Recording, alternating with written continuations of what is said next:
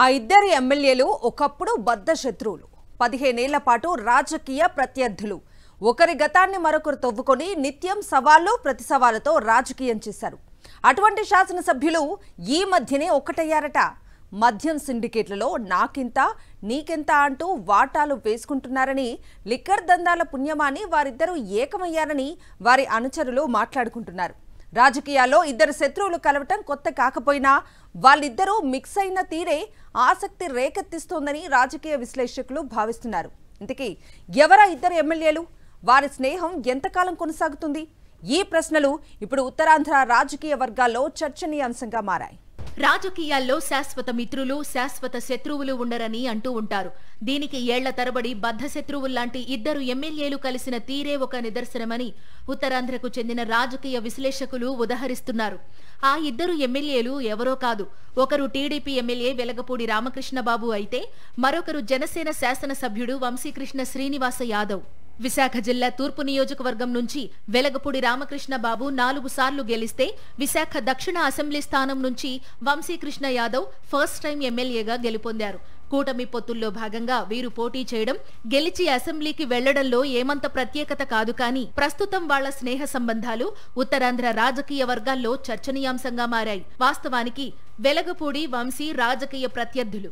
వీరిద్దరూ గతంలో 2 సార్లు ఎన్నికల్లో తలపడటమే కాదు, అదును దొరికితే ఒకరిపై మరొకరు దుమ్మెత్తి పోసుకునేవాళ్లు.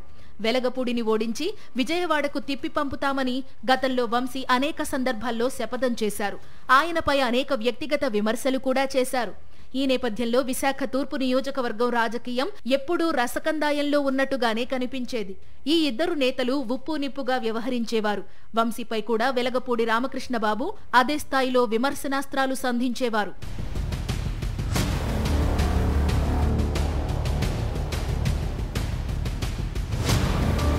ఇప్పుడు ఈ ఇద్దరు నేతలు విభేదాలు పక్కన పెట్టి క్వార్టర్ మందులో వాటర్, సోడా కలిసిపోయినట్టుగా కలిసిపోవడం చూసి ఉత్తరాంధ్ర రాజకీయ వర్గాల్లో జోరుగా చర్చలు జరుగుతున్నాయి. మొన్నటిదాకా నువ్వా నేనా అన్నట్టుగా ఉన్న ఈ ఇద్దరు నేతలు ఇప్పుడు ఒకరి మాటను మరొకరు జవదాటలేనంతగా కలిసిపోయారట. దీని వెనుక కారణం ఏంటనే దానిపై ఆరా తీస్తుంటే అనేక విస్మయకర వాస్తవాలు వెలుగులోకి వస్తున్నాయని సమాచారం. ఇద్దరికీ రాజకీయ నేపథ్యం కామన్ గా ఉన్నప్పటికీ ఈ ఇద్దరు శాసనసభ్యుల వ్యాపారాలు భిన్నంగా ఉన్నాయి. MLA Velagapudi Ramakrishna liquor don గా, ఎమ్మెల్యే వంశీ పోర్టు కాంట్రాక్టర్ గా 2 చేతులా సంపాదించేస్తున్నారు.